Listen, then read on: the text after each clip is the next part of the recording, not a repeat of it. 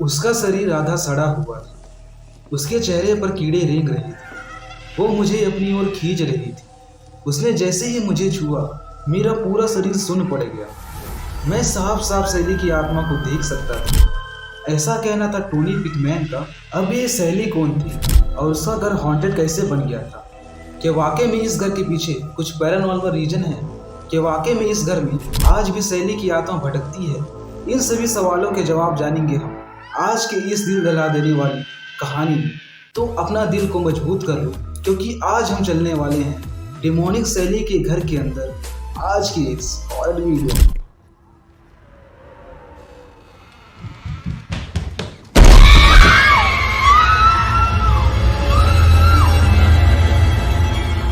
ये घर शुरुआत के समय से ही हॉन्टेड नहीं था। ये घर 1981 में बना था। इस घर को 1992 में टोनी पिकमैन और उनकी वाइफ डेब्रा पिकमैन ने खरीद लिया था। इनकी नई नई शादी हुई थी। जब ये न्यूली वेड कपल इस घर में रहने के लिए आए थे, तब इस घर की कोई भी हॉन्टेड हिस्ट्री नहीं थी। इन लोगों ने अपने होने वाले बच्चे के लिए भी एक रूम सिलेक्ट करके रखा था इसी घर में।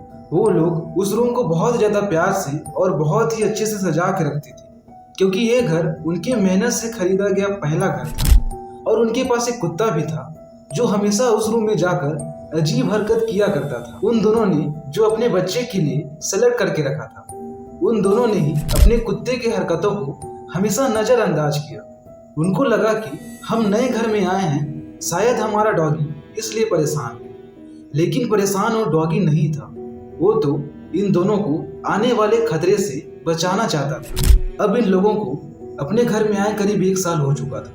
अब 1 साल के दौरान इन्होंने अपने इस घर में कई अजीब चीजों को महसूस किया, जैसे कि लाइट का अचानक से जल जाना, कांच का टूटना, सामान का गिरना, घर में अजीब अजीब सी आवाजें आना, घर की अलग अलग जगह ठंड महसूस होना। इन्होंने कई बार ये चीजें महसूस की थी। टोनी और डेब्रा इस बात को अच्छे से समझ चुके थे कि उनके घर में भूत है, पर उनका बजट ही नहीं था नए घर में शिफ्ट होने का।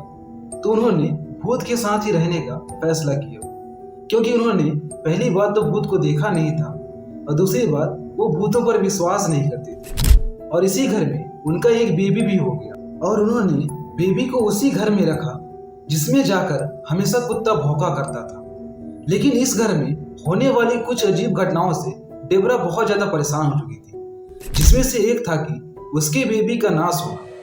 डेब्रा को हमेशा लगता था कि कोई अदृश्य आत्मा है जो उसके बेबी के साथ रात के 2 बजे के बाद खेलने लगती है, जिसकी वजह से उनका बेबी सोता नहीं था। लेकिन ये तो सिर्फ एक ही घटना थी। आगे इनके साथ ऐसी ऐसी घटनाएं होती हैं जिसे सुनने के बाद आपकी भी रूह कांप जाएगी। एक दिन टोनी अपने बच्चे के कमरे में जाता है और देखता है कि उसके बच्चे के सारे खिलौने फर्श पर फैले हुए हैं, जबकि उनका बेबी तो अभी बहुत छोटा था। वो तो खिलौनों को उठा भी नहीं पाता था। टोनी को लगा कि शायद उनकी वाइफ डेब्रा ने ये खिलौने फर्श पर फैलाए हैं अपने बच्चे को खिलाने के लिए। तो उसने सारे खिलौनों को अच्छे से जमा दिया, सारे खिलौनों को अच्छे से एक जगह पर रख दिया और वो वापस ही आ रहा था। आधी सीढ़ियां उतरते ही उसे अपने बेबी के कमरे से फिर से खिलौने फेंकने की आवाज आई, जबकि उस कमरे में अभी कोई भी नहीं था। वो वापस जाकर देखता है तो देखता है कि सारे खिलौने फर्श पर वैसे ही फैले हुए हैं। और ये घटना वो जाकर अपनी वाइफ डेब्रा को बताता है और वो दोनों डिसाइड करते हैं कि वो अपने बेबी को उस कमरे में अब अकेला बिल्कुल भी नहीं छोड़े। टोनी ने अपने भाई और डेब्रा ने अपनी सिस्टर को बुलाया अपने घर पर बच्चे को संभालने के लिए, और वो दोनों बच्चे को अपने साथ सुलाना शुरू कर दिए। करीब 1 हफ्ते बाद उनके पड़ोसी ने उनसे आकर कहा कि रात के 2 बजे के बाद आपकी बेबी के रूम की लाइट जल जाती है। ये सुनने के बाद टोनी और डेब्रा बहुत ज्यादा परेशान हो जाते हैं, क्योंकि रात के 2 बजे के बाद वो अपने बेबी के रूम की लाइट जलाते ही नहीं थे। इनफैक्ट उस कमरे में अब कोई रहता ही नहीं था। उस कमरे को उन दोनों ने बाहर से लॉक कर दिया था। इस घटना के बाद टोनी और डेब्रा ने डिसाइड किया कि अब वो इस घर में बिल्कुल भी नहीं रहेंगे, भले उनको सड़क पर ही क्यों न रहना पड़ जाए। और ये टोनी भैया का सबसे सही डिसीजन था।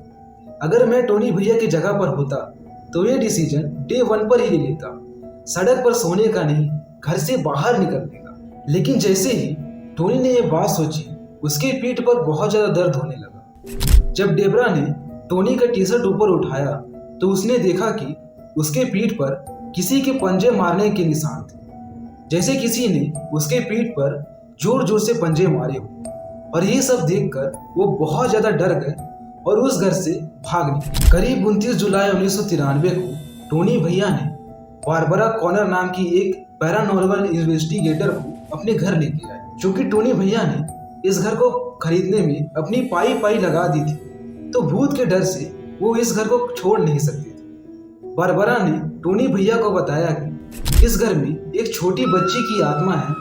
इस बच्ची का नाम है सैली।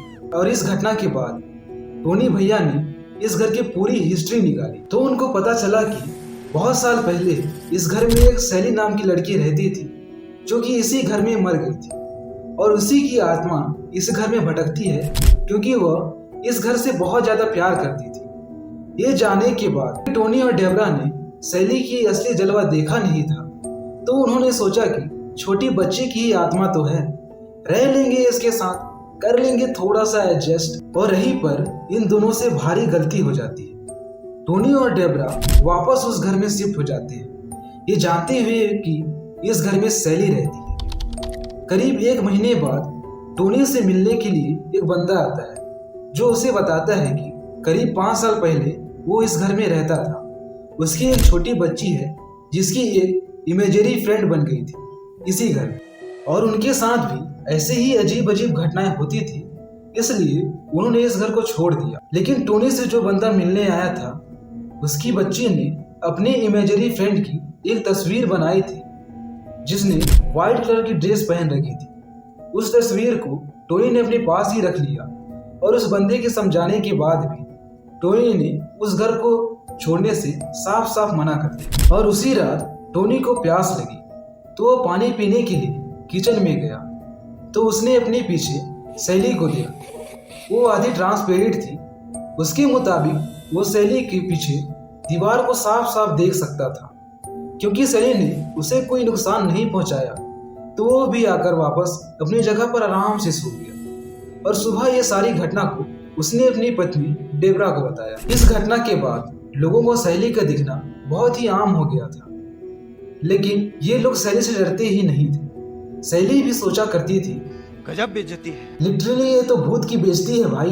भूत दिख रहा है लेकिन लोग इसे सीरियसली ही नहीं ले रहे। लेकिन करीब 1.5 महीने बाद सैली ने अपना असली जलवा दिखाया। रात को टोनी सो रहा था, लेकिन जैसे ही उसकी आंखें खुली तो उसने अपने सामने सैली को देखा। उसने फिर से वही किया, उसने सैली को इग्नोर किया। इस बार सैली ने उसका पैर पकड़कर जोर से अपनी ओर खींचा। सैली बहुत ज्यादा शक्तिशाली हो चुकी थी। उसने टोनी के शरीर को जहां जहां छुआ, उसका शरीर वहां वहां सुन्न हो गया और उस कमरे में अब बहुत ज्यादा ठंड हो चुकी थी। वो बहुत ताकत लगाकर टोनी को अपनी ओर खींच रही थी। टोनी ने बताया कि उसका आधा चेहरा सड़ा हुआ था और उसके चेहरे पर कीड़े रेंग रहे थे। वो आधी इंसान और आधी जानवर जैसी दिखाई दे रही थी। टोनी ने जैसे तैसे करके अपनी जान बचाई और उस घर से भाग निकला। इस घटना के बाद टोनी और उसके पूरे परिवार ने इस घर को छोड़ दिया। ये घर आज भी सुनसान पड़ा है और किसी की भी इतनी हिम्मत नहीं है कि वो इस घर में वापस आकर रहने लगे। लेकिन बहुत सारे लोग जो पैरानॉर्मल एक्टिविटी की जांच करते हैं, वो अक्सर इस घर में आया करते हैं। बहुत सारे लोगों ने यहाँ पर एक आत्मा की होने की मौजूदगी को महसूस किया है। लेकिन टोनी पिकमैन की फैमिली के बाद इस घर में कोई भी नहीं रहा। अगर आप भी ऐसे ही किसी हॉन्टेड घर में रहते हो तो चप्पल निकाल के उस घर से भाग जाओ। टोनी पिकमैन की फैमिली की तरह बिल्कुल भी मत करना, क्योंकि हर भूत सैली की तरह स्वीट नहीं होती है जो आपकी जान बख्श दे। अगर आपको ये स्टोरी अच्छा लगा हो तो हमारे चैनल हॉरर स्टोरी को सब्सक्राइब करना बिल्कुल ना भूलें और बेल आइकन को ऑल पे सेट कर लें, ताकि रूह कांप जाने वाली स्टोरी सबसे पहले आप तक पहुंच सके।